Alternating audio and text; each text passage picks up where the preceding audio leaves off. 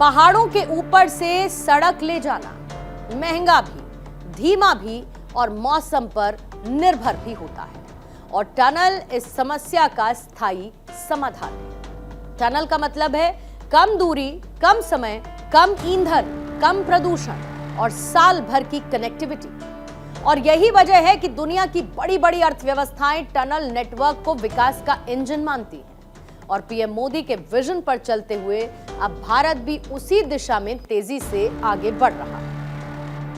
2014 के बाद इंफ्रास्ट्रक्चर को आर्थिक विकास की रीढ़ माना गया। सरकारी आंकड़ों के मुताबिक भारत में टनलिंग आज सबसे तेजी से बढ़ने वाले इंफ्रास्ट्रक्चर सेक्टर्स में शामिल है। एक दावा यह भी किया गया कि 2014 से पहले जहां पर लगभग 125 किलोमीटर टनल इंफ्रास्ट्रक्चर डेवलप हुआ था, वहीं बीते सालों में यह आंकड़ा कई गुना बढ़कर मल्टीप्लाई होकर 486 किलोमीटर से अधिक तक पहुंच चुका है। बीते 10 सालों में भारत के इंफ्रास्ट्रक्चर ने एक से बढ़कर एक कई शानदार टनल्स का निर्माण किया। यानी पहाड़ अब बाधा नहीं बल्कि अवसर बन रहे हैं। आधुनिक तकनीक, बेजोड़ इंजीनियरिंग और नामुमकिन को मुमकिन करने का अटूट इरादा, and the results are now in front of everyone. और इसमें सबसे पहले बात आती है उस टनल की जो नए भारत का प्रतीक है, यानी कि अटल टनल। अगर भारत के टनल रिवॉल्यूशन का चेहरा चुनना हो तो वो होगा अटल टनल। रोहतांग दर्रे के नीचे बनी यह टनल हिमाचल प्रदेश को लाहौल स्पीति और फिर उसके आगे लद्दाख से जोड़ती है। अटल टनल 9.02 किलोमीटर लंबी दुनिया की सबसे लेंदी नेशनल हाईवे टनल है। समुद्र तल से करीब 3000 मीटर यानी 10,000 फीट की अत्यधिक ऊंचाई पर बनी यह दुनिया की सबसे ऊंची टनल कहलाती है। इस सुरंग ने मनाली और लेह के बीच की दूरी लगभग 46 किलोमीटर कम कर दी, जिससे यात्रा के समय में 4 से 5 घंटे की भारी बचत हुई। और भारी बर्फबारी के चलते सर्दियों में लाहौल स्पीति घाटी देश के बाकी हिस्सों से 6 महीने तक कट जाती थी, लेकिन अब इस टनल के माध्यम से पूरे साल कनेक्टिविटी बनी रहती है। प्रधानमंत्री नरेंद्र मोदी ने 3 अक्टूबर 2020 को अटल टनल का उद्घाटन किया था, और सुरंग को इस तरीके से डिजाइन किया गया कि इसमें हर रोज 3000 कार और 1500 ट्रक 80 किलोमीटर प्रति घंटे की मैक्सिमम स्पीड से सुरक्षित ट्रैवल कर सकते हैं। अटल टनल ने यात्रा का समय तो कम ही किया, इससे टूरिज्म बढ़ा, स्थानीय व्यापार को इस टनल ने बढ़ावा दिया, और इसके साथ सेना की लॉजिस्टिक्स क्षमता भी इससे मजबूत हुई। क्योंकि ये केवल एक टनल नहीं, ये संदेश था कि भारत अब कठिन ज्योग्राफिकल चैलेंजेस से पीछे नहीं हटेगा। जब विकास के पथ पर तेजी से आगे बढ़ना हो, जब देश के लोगों के विकास की प्रबल इच्छा हो, तो रफ्तार बढ़ानी ही पड़ती है।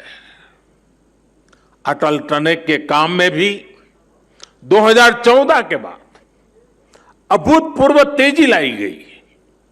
बीआरओ के सामने आने वाली हर अड़चन को हल किया गया। नतीजा यह हुआ कि जहां हर साल पहले 300 मीटर सुरंग बन रही थी, उसकी गति बढ़ाकर 1400 मीटर प्रति वर्ष हो गई। सिर्फ 6 साल में हमने 26 साल का काम पूरा कर लिया। आजादी के बाद भारत ने सड़कें बनाई, फिर हाईवेज बनाए और फिर एक्सप्रेसवे भी बनाए। लेकिन 21वीं सदी के तीसरे दशक में भारत पहाड़ों के अंदर से विकास की नई राह बना रहा है। टनल्स सिर्फ कंक्रीट और स्टील के स्ट्रक्चर भर नहीं, ये दूरी को अवसर में बदलने का माध्यम है। एक फुल लिस्ट है ऐसी टनल्स की जिन्होंने देश का रास्ता और प्रशस्त किया, और जिनके निर्माण की चर्चा आज पूरी दुनिया में है। सबसे पहले बात करेंगे सैला टनल की, जो अरुणाचल प्रदेश में तवांग मार्ग पर 13,000 फीट की अत्यधिक ऊंचाई पर बनी। ये सुरंग सशस्त्र बलों को चीन सीमा के पार हर मौसम में क्विक मूवमेंट की सुविधा देती है। 13,000 फीट की ऊंचाई पर बनी ये दुनिया की सबसे लंबी ट्विन लेन टनल है। जोजिला सुरंग की भी कुछ यही खासियत है, यानी कश्मीर और लद्दाख के बीच हर मौसम में कनेक्टिविटी। ये एशिया की सबसे लंबी डायरेक्शनल टनल होने वाली है, जो कि श्रीनगर, करगिल, लेह को जोड़ेगी। और इसके पूरी तरीके से चालू होने से घंटों का जो खतरनाक सफर है वो महज 15 मिनट में सिमट जाएगा। एक्सपर्ट्स मानते हैं कि यह परियोजना क्षेत्र की अर्थव्यवस्था और रणनीतिक क्षमता दोनों को बदल देगी। फिर बात करते हैं डॉक्टर श्यामा प्रसाद मुखर्जी टनल की, पहले जिसे चेनानी नाशरी टनल कहा जाता था। इस टनल ने जम्मू और श्रीनगर के बीच दूरी लगभग 30 किलोमीटर कम की और यात्रा समय करीब 2 घंटे घटा दिया।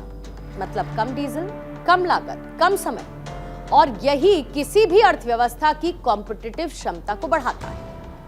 अगर किसी क्षेत्र में टनल निर्माण ने सबसे बड़ा बदलाव किया तो वो जम्मू कश्मीर और लद्दाख है। बनिहाल काजीगुंड टनल भी इसी की एक कड़ी है। करीब 8.5 किलोमीटर लंबी यह टनल जम्मू कश्मीर की कनेक्टिविटी को नई दिशा देती है। इससे दूरी लगभग 16 किलोमीटर कम हुई और ट्रैवल टाइम 1.5 घंटे तक घटा है। आप सोचिए, जहां पर ट्रक पहले घंटों फंसते थे, वहां पर अब सामान तेजी से पहुंच रहा है, यानी सीधे सीधे व्यापार को फायदा।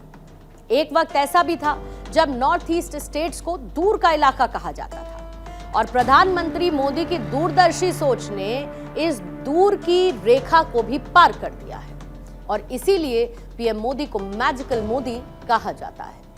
बीजेपी की डबल इंजन सरकार ने नॉर्थ ईस्ट को ऐसे कनेक्ट किया है कि आज हर तरफ इसकी चर्चा है। आज नॉर्थ ईस्ट भारत की एक्ट ईस्ट पॉलिसी का केंद्र है। दक्षिण पूर्व एशिया के साथ भारत को जोड़ने वाला सेतु बन रहा है। हिंदुस्तान का कोना कोना आसानी से आप सबको से जुड़ जाने वाला है। टनल क्रांति सिर्फ रास्ते बनाने की नहीं, बल्कि बड़े पैमाने पर जॉब्स क्रिएशन की भी क्रांति है। टनल प्रोजेक्ट्स के निर्माण, टेक्निकल असिस्टेंस, सप्लाई चेन और बाद में ऑपरेशन से लाखों डायरेक्ट और इनडायरेक्ट नौकरियां पैदा हो रही हैं। टनल परियोजनाएं हजारों इंजीनियर्स, मजदूरों, मशीन ऑपरेटर्स और तकनीकी विशेषज्ञों को रोजगार देती है। भारत में टनल क्रांति को आगे बढ़ाने वाली मुख्य टेक्नोलॉजी क्या है, आपको यह भी जानना चाहिए। Tunnel boring machines, metro network और लंबी रेल और रोड टनल में बड़े पैमाने पर इस्तेमाल होने वाली TBMs घनी आबादी वाले और जियोलॉजिकली मुश्किल इलाकों में हाई प्रिसीशन, कम वाइब्रेशंस और बेहतर सेफ्टी देती है।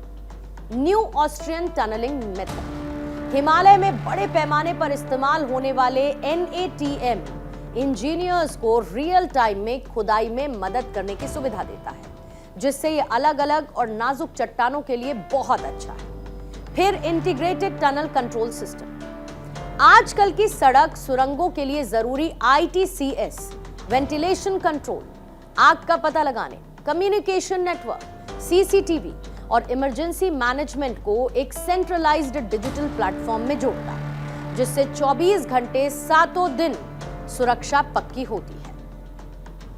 भारत की टनल क्रांति इस बात का प्रमाण है कि आज का भारत मुश्किलों के आगे झुकता नहीं है, बल्कि उनका रास्ता बदल देता है।